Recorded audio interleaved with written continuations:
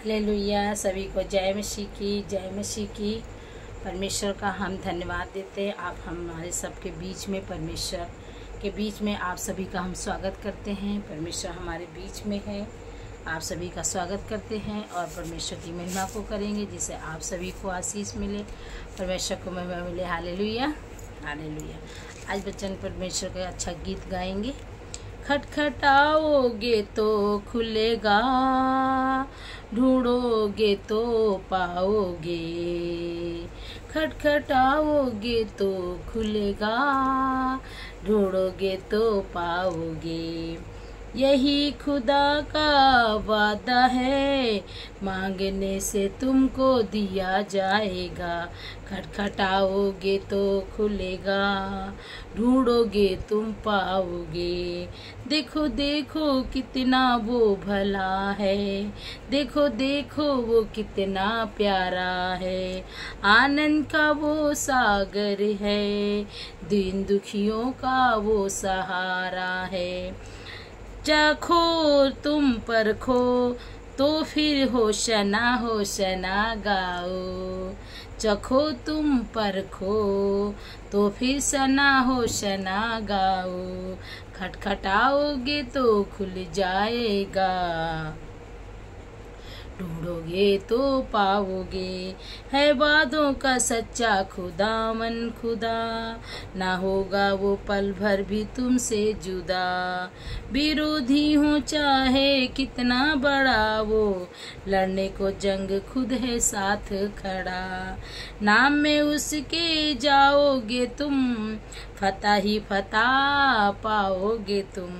खटखटाओगे खुल जाएगा, खटखटाओगे खुल जाएगा। ढूंढोगे तो तुम पाओगे, ढूंढोगे तो तुम पाओगे। Praise the Lord. Hallelujah, hallelujah. आज का वचन लेके आए हैं हम आपके बीच में, नूह की वंशावली, नूह और उसके पुत्र। हालेलुया। जो मिलेगा आपको उत्पत्ति 10 अध्याय में, 9 में भी मिलेगा। हालेलुया। जो कि इसमें लिखा है कि नूह के कितने पुत्र थे, उसकी वंशावली क्या क्या थी। नूह के पुत्र कितने थे? नूह के दो जो जहाज से निकले वे सेम और हाम थे। एपेत थे और हाम कनाल का पिता हुआ। नूह के 3 पुत्र थे। नूह के कितने पुत्र थे? नूह के 3 पुत्र थे। हालेलुया। परमेश्वर का वचन कहता है कि नूह के कितने पुत्र थे? नूह के 3 पुत्र थे। उनके क्या नाम थे? एक का नाम था सेम, एक का नाम था हाम, एक का नाम था एपेत्र। 3 पुत्र थे और उनका वंश सारी पृथ्वी पर फैल गया। 3 पुत्र थे और उनका ही वंश पूरी पृथ्वी पर फैल गया। हालेलुया। नूह किसान करने लगा। जो नूह था जिसने जहाज बनाया था, और उसमें नूह और उसके बच्चे, उसका परिवार ही बचाया गया था। बाकी सब पानी में बह गए थे। पूरा संसार मिट गया था, नष्ट हो गया था। सिर्फ परमेश्वर का वचन को सुनने वाला जो धर्मी था, नूह ही बचाया गया था, उसका परिवार बचाया गया। उसी के हम सब लोग संतान हैं, हम सब उसी के वंशज हैं। हालेलुया। परमेश्वर का वचन कहता है जब नूह के पुत्र थे वो 3 थे और उसी के द्वारा सारे पृथ्वी में हो गए। फिर क्या हुआ? जो नूह था वो किसानी करने लगा। जो नूह था वो किसानी करने लगा। अपने दाख की बारी लगाई। क्या की बारी लगाई? दाख की बारी लगाई। और वह दाख मधु पीकर मतवाला हुआ और अपने तंबू में भीतर नंगा हो गया। जब वो दाख की बारी लगाई और दाख को बारी लगा के उस क्या किया, वो एक दिन क्या हुआ, दाख मधु पी के इतना पी लिया जाता कि वो नंगा पड़ा था। उसे पता भी नहीं चला कि कब वो नंगा हो गया। तब कनाल के पिता हाम ने अपने पिता को नंगा देखा। तब जो कनाल था उसका नूह का जो पुत्र था छोटा वाला, वो क्या था? कनाल ने अपने पिता को नंगा देखा। बाहर आकर अपने दोनों भाइयों को बतला दिया। जब वो बाहर गया तो उसने क्या कहा? अरे भाई, अपने भाइयों को नाम लेके बुलाया और बोला, भैया देखो पापा नंगे पड़े हुए हैं। उसे नंगा देखने का रीजन क्या हुआ, उसके जीवन में क्या बदलाव हुआ, उसे क्या हुआ। देखो क्या हुआ। तब कानाल जो था पिता हाम ने अपने पिता को नंगा देखा और बाहर आकर अपने दोनों भाइयों को बतला दिया। तब सेम और एपेत दोनों ने कपड़ा लेकर अपने कंधों पर रखा और पीछे की ओर उल्टा चलकर अपने पिता के नंगे तन को ढांप दिया। क्या किया? जो उसके दो पुत्र थे, जो कनाल ने बताया अपने भाइयों की पिता ऐसी ऐसी परिस्थिति में है, तो उन्होंने क्या किया, वो सीधे नहीं जाके घुस गए, वो जाके क्या किए, कपड़ा लिए। दोनों भाइयों ने कपड़ा लिया और अपने कंधे पे डाला और पीछे की ओर चलते चलते गए उसके पास और ऐसे करके उसके ऊपर कपड़ा फेंक दिया। उसको जब कपड़ा फेंक दिया, उसको कपड़े से फिर उसको ढक दिया, फिर उसको लुंगी बना के बांध दी, फिर उसको ढक दिया। फिर वो क्या हुआ, उसने अपने दोनों भाइयों ने अपने बाप को नंगा नहीं देखा। फिर वो क्या हुआ, तब सेम और एपेत दोनों ने कपड़ा लेकर अपने कंधों पर रखा, पीछे की ओर उल्टा चलकर अपने पिता के नंगेपन को ढांप दिया और वे अपने मुख पीछे किए हुए थे। क्या किए थे? अपना मुख पीछे किए हुए थे, इसलिए उन्होंने अपने पिता को नंगा न देखा, इसलिए उन्होंने अपने पिता को नंगा नहीं देखा। तब नूह का नशा उतर गया। जब नूह का नशा उतरा, सुबह हुई और जब नूह का नशा उतर गया तो क्या हुआ, तब उसने जान लिया कि उसके छोटे पुत्र ने उसके साथ क्या किया। भाई धर्मी था, परमेश्वर ने उसको दिखा दिया। जब वो सुबह उठा तो वो नशा जब उसका उतरा तो उसने देखा कि अरे ये हमारे बेटे ने क्या किया, इसलिए उसने कहा कनाल श्रापित हो। उसके पिता ने उसको क्या कर दिया, श्रापित कर दिया, श्राप दे दिया अपने बेटे को। कहीं कनाल तू श्रापित है, वह अपने भाई बंधुओं के दासों का दास होगा। क्या कह रहा, तू श्रापित है, तू अपने दोनों भाइयों का दास होगा, तो अपने भाइयों के नीचे रहेगा, अपने दोनों भाइयों के अधीन रहेगा।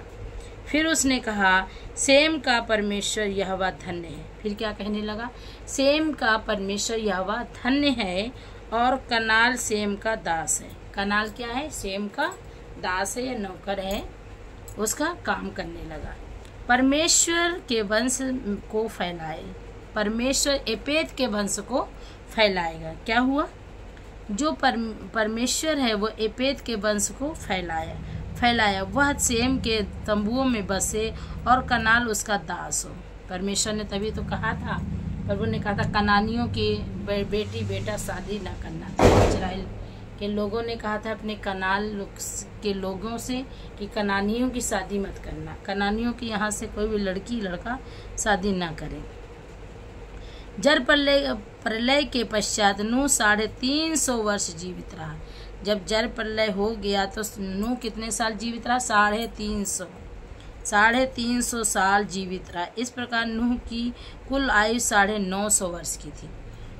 नूह की वह आयु कितनी थी, 900 वर्ष की, 950 वर्ष की थी। नूह की आयु 950 वर्ष की। आजकल कौन इतना जीता है, 50, 60, 70, ज्यादा से ज्यादा 60, ज्यादा 70, 80, बहुत से कम होते हैं जो बहुत ही कम अब देखने को मिलते हैं, 50, 60 से ऊपर नहीं जाते हैं। मगर परमेश्वर का देखो वचन, जो नूह परमेश्वर का धर्मी था और वो सच्चाई से ईमानदारी से परमेश्वर के वचन में बना रहा और वो क्या 950 साल जिया, 950, अपने बेटों का, अपने बेटों के बेटों का, अपने बेटों के बेटों का, अपने बेटों के बेटों का, अपने बेटों के बेटों का वंश देखा उसने। हालेलुया। तो परमेश्वर का वंश क्या, परमेश्वर का वचन क्या कहता है, 950 वर्ष का जीवित हो के बाद में वो नूह मर गया। नूह के पुत्र सेम, हाम और एपेत थे और उसके पुत्र जल प्रलय के पश्चात उत्पन्न हुए। उसकी वंशावली ये है। अब नूह की वंशावली क्या है, जब वो मर गया तब नूह की वंशावली वचन बताता है। बाइबल में लिखा है कि एपेत के पुत्र थे उनका क्या क्या नाम था, गोमेर, मैगा, मादे, यावन, तूफान, मिशेन और तीराश हुए। गोमेर के पुत्र आशकनज, सीरज और तोमार हुए। और यावन के वंशावली एलिशा और तसीस, कित्ती और दूनी लोग हुए। इनके वंश अन्य जातियों के द्वीपों के देशों में ऐसे बट गए कि वे भिन्न भिन्न भाषाओं, कुलों और जातियों के अनुसार अलग अलग हो गए। जो इनके जो वंश थे, तीनों बच्चों के जो वंश थे, सब अपना अलग अलग हो गए, सब अलग अलग रहने लगे। कोई कहाँ चला गया, कोई कौस शहर में चला गया, और सब अपने अपने काम करने लगे। तो वहीं से क्या हुआ, वे अन्य भिन्न भिन्न भाषाएं और कुल जातियां अलग। अब उन्होंने जातियां बना ली, भिन्न भिन्न भाषाएं बोलने लगे, अलग अलग भाषाएं उनके पास आ गईं। हाम के पुत्र कुश, मिस्फूत और कनाल हुए। कुश के पुत्र समा, हवीला और सपूतकार हुए। रामा के वंश सामा, अदान हुए। वंश में निप्रोध भी हुआ। पृथ्वी पर पहला वीर वही था। सबसे पहला वीर कौन था? सबसे पहला वीर था जो निम्रोद भी हुआ। निम्रोद पृथ्वी पर पहला वीर वही हुआ। वह यहोवा की दृष्टि में पराक्रमी, शिकार खेलने वाला ठहरा। जो वो क्या करता था? शिकार खेलता था। इससे कहावत चली है कि निम्रोद के समान यहोवा की दृष्टि में पराक्रमी, शिकार खेलने वाला। इसके राज्य का आरंभ शिनार देश में बेबीलोन, एरेख, अगदेत और कलने से हुआ। उस देश में वह निकलकर अशूर को गया और निम्ने रहनोत के कालों को दिया। इसमें नूह के वंशावली, मतलब नूह के पुत्रों के नाम, फिर उनके पुत्रों के नाम, फिर उनके पुत्रों के नाम, फिर उनके पुत्रों के नाम, उनके पुत्रों के नाम दिए हुए। फिर उन्होंने क्या क्या किया ये भी बताया कि वो भिन्न भिन्न शहरों गांव में चले गए, उन्हें भिन्न भिन्न जाति बना ली, भिन्न भिन्न भाषा बोलने लगे। तो ये जातियां ये सब हैं। सेम के ऐश्वर्यवान कुल मूल और हुए। सेपेद का श्रेष्ठ भाई था, उसके भी पुत्र उत्पन्न हुए। नूह के पुत्रों के घराने यही हैं। ये परमेश्वर ने कहा नूह के पुत्र के घराने यही हैं, जिन्होंने के नाम बताएं। आप पढ़ सकते हैं, जो आपको उत्पत्ति 10 में मिलेगा। सारे नूह की वंशावली, पूरे पुत्रों के, फिर उनके पुत्रों के नाम लिखे हुए हैं। उनकी जातियों के अनुसार उनकी वंशावली यही है। और जल प्रलय के पश्चात पृथ्वी भर को जातियां इन्हीं से होकर बट गई। जल प्रलय के बाद में सारी जातियां बन गई, सारे भिन्न भिन्न भाषाएं बोलने लगे। तो परमेश्वर का वचन क्या कहता है? परमेश्वर का वचन हमें ये सिखाता है कि हमें क्या करना है। हमें अपने माँ बाप को कभी भी मतलब नंगापन में नहीं देखना चाहिए। अगर नंगापन में किसी भी बेटे या बेटी ने माँ बाप को देख लिया तो उस पर श्राप पड़ता है। जैसे कि नूह ने श्राप दिया, उस पर श्राप पड़ेगा, वो कभी भी अच्छे से नहीं रह पाएगा, श्राप पड़ जाएगा उस पर। इसलिए ध्यान रखें कि अपने कभी भी माँ बाप को नंगापन से ना देखें। और वचन ये बताता है अगर आप नूह की तरह सच्चाई से, ईमानदारी से धर्मी बने रहेंगे और सिधाई से परमेश्वर के वचनों को पढ़ेंगे और उस पे वचनों पे चलेंगे, तो परमेश्वर क्या करेगा? कितने साल? 950 साल परमेश्वर ने उम्र दी नूह को, और वो 950 साल जिया।